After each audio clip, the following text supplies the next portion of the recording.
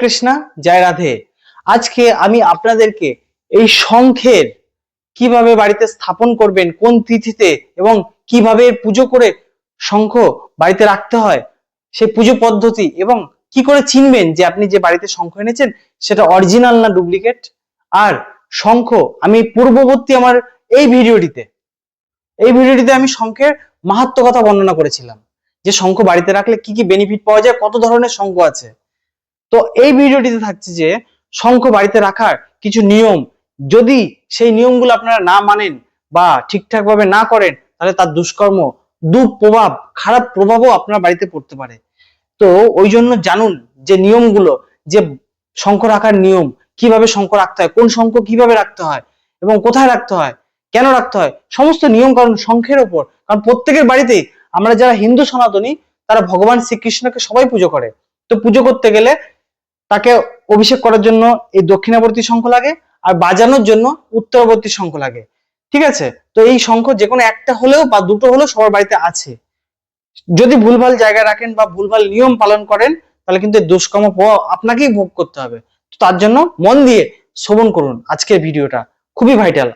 তো পূর্বে যেহেতু আমি শঙ্খের এত মহিমা, এত মাহাত্ম্য কথা পূর্বের ভিডিওটিতে আমি বলেছি, যার লিংক ডেসক্রিপশনে আমার পেয়ে যাবেন, পূর্বের যে ভিডিও শঙ্খের মহিমা কথা বলেছিলাম। তো এই যে শঙ্খ, এই শঙ্খ আপনারা বাড়িতে কি করে জানবেন যে এটা অরিজিনাল না ডুপ্লিকেট, শুনুন। শঙ্খ, আপনার বাড়িতে যে যে শঙ্খ আছে সেই সব শঙ্খ আপনি কি করবেন, খার যে জল নেবেন, অর্থাৎ খার কি মানে ফটকিরির কথা বলছি, ফটকিরি তো খার জাতীয় জিনিস, জলের মধ্যে ফটকিরি গুলিয়ে সেই বেশি পরিমাণে সেই জলটাকে খার করে ফেলবেন। খার করে সেই জলের মধ্যে আপনি শঙ্খগুলো ডুবিয়ে রাখুন, টানা 8 দিন ডুবিয়ে রাখবেন, 8 দিন। যদি ভেজাল ডুপ্লিকেট শঙ্খ হয় ফেটে যাবে, ভেঙে যাবে, আর যদি অরিজিনাল শঙ্খ হয় কোনোদিনও ভাঙবে না, ফাটবে না। বুঝতে পেরেছেন? এটা থেকে আপনি বুঝতে পারবেন যেটা অরিজিনাল শঙ্খ। এবার কোন তিথিতে এবং কিভাবে শঙ্খকে বাড়িতে প্রতিষ্ঠা করবেন বা বাড়িতে নিয়ে রাখবেন শুনুন।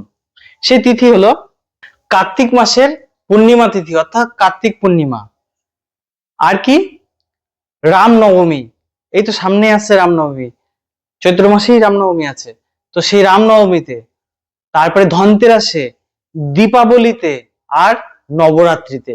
নবরাত্রি বছরে দুবার আসে, একবার শারদীয় নবরাত্রি, অর্থাৎ সেই যে আমরা যখন তর্পণাদি করি, দুর্গাপুজোর সময়।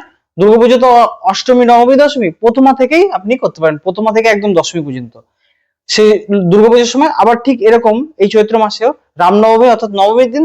তো আপনারা প্রথমা দ্বিতীয়া থেকে শুরু করে দশমী পর্যন্ত এই টাইমটা, এতগুলো দিনক্ষণ আপনাদের বললাম। আর কি, আর রবি পুষ্যযোগ আর গুরু পুষ্যযোগ। রবি পুষ্যযোগ হচ্ছে বছরে আপনি দেখবেন কোন দিন রবিবার পুষ্যা নক্ষত্র পড়ে, সেটা হচ্ছে রবি পুষ্যযোগ হয়। আর গুরু পুষ্যযোগ মানে হচ্ছে বৃহস্পতিবার দিন, সারা বছরে কোন দিন যে বৃহস্পতিবার পড়ে সে বৃহস্পতিবারে পুষ্যা নক্ষত্র পড়েছে, সেটাকে বলা গুরু পুষ্যযোগ। এই কটা যোগ, এই তিথি নক্ষত্রে আপনারা বাড়িতে শঙ্খ আনতে পারেন এবং শঙ্খ প্রতিষ্ঠা করতে পারেন। শঙ্খ প্রতিষ্ঠা কি করে করবেন শুনুন। শঙ্খ যখন স্থাপন করবেন বা রাখবেন, রেখে শঙ্খ টিকা করবেন, শঙ্খের ওপর টিকা করবেন।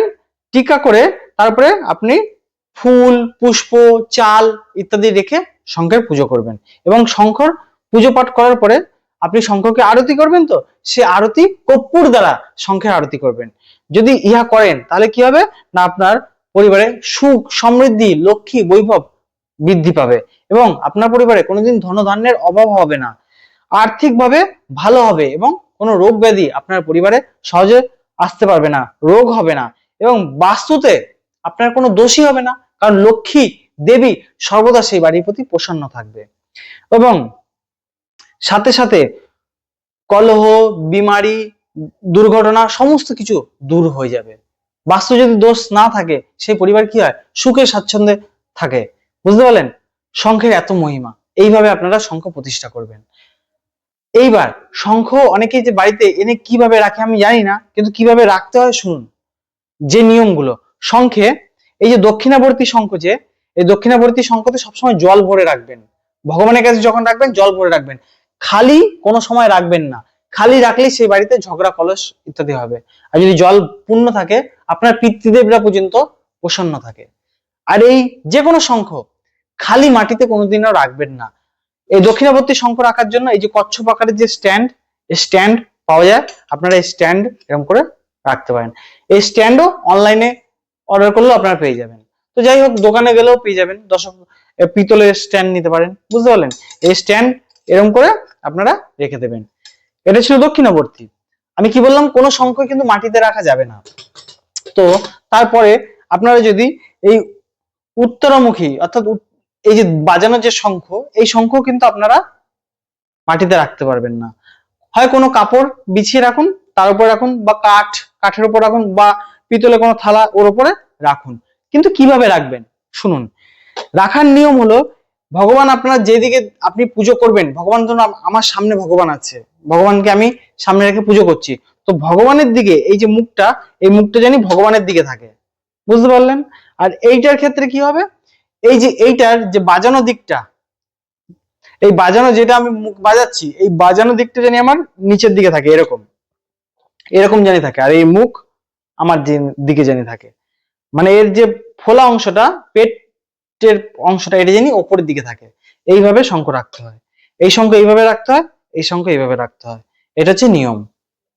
আর বাড়িতে জানি এই শঙ্খ ছাড়া, মানে এইটাই জানি আরো একাধিক না থাকে, অথবা এইটা জানি একাধিক না থাকে, তাহলে কিন্তু সেই পরিবারে বাস্তুদোষ হয়ে যায়। আর তো আমি আপনাদের পূর্ববর্তী ভিডিওতে বলেছি যে শঙ্খের কত মহিমা। শঙ্খ বাজালে কি হয়, শঙ্খে জল ভরে রাখলে কি হয়, কত রকমের রোগ, তোতলামু, কথা বলা বন্ধ হওয়া, বোবা, এমনকি যে বোবা কথা বলতে পারে না সেও পর্যন্ত কথা বলতে পারে। শঙ্খের এত মহিমা। এবং বাড়িতে বাস্তুদোষ, আপদ বিপদ, বালাই সমস্ত কিছু ঠিক করে দেয় এই শঙ্খের এত মহিমা। এই জন্য তো এই শঙ্খ আমাদের কি হয়েছিল, যখন দেবতা আর অসুররা সমুদ্র মন্থন করেছিল, সেখান থেকে শঙ্খ উৎপন্ন হয়েছে, যার জন্য ভগবান বিষ্ণুর এত প্রিয়। লক্ষ্মী দেবীর চিহ্ন হচ্ছে এই শঙ্খ। এই শঙ্খ লক্ষ্মী, বুঝতে পেরেছেন? আপনার বাড়ির লক্ষ্মী। তো এই শঙ্খকে এইভাবে পুজো পাঠ করবেন। এবং এই শঙ্খের মাহাত্ম্য যদি শুনতে চান, আমার পূর্ববর্তী ভিডিও দেখুন, মাহাত্ম্য জানতে পারবেন। তো যদি চ্যানেলটি ভালো লাগে, তো চ্যানেলটির সঙ্গে জুড়ে থাকুন। এইরকম ধরনের ভিডিও যদি পেতে চান, তাহলে চ্যানেলটিকে সাবস্ক্রাইব করে রাখুন। তাহলে কি হবে, আমি যখন এরকম ভিডিও বানাবো আপনার নোটিফিকেশন যাবে। যদি সাবস্ক্রাইব না করেন, তাহলে নোটিফিকেশন আপনার কাছে পৌঁছবে না। তাহলে জয় রাধে, আপনারা ভালো থাকুন এবং আপনারা আপনার পরিবারকে নিয়ে সুখে শান্তিতে সমৃদ্ধময় ভাবে বসবাস করুন। হরে কৃষ্ণ, জয় রাধে, হর হর মহাদেব।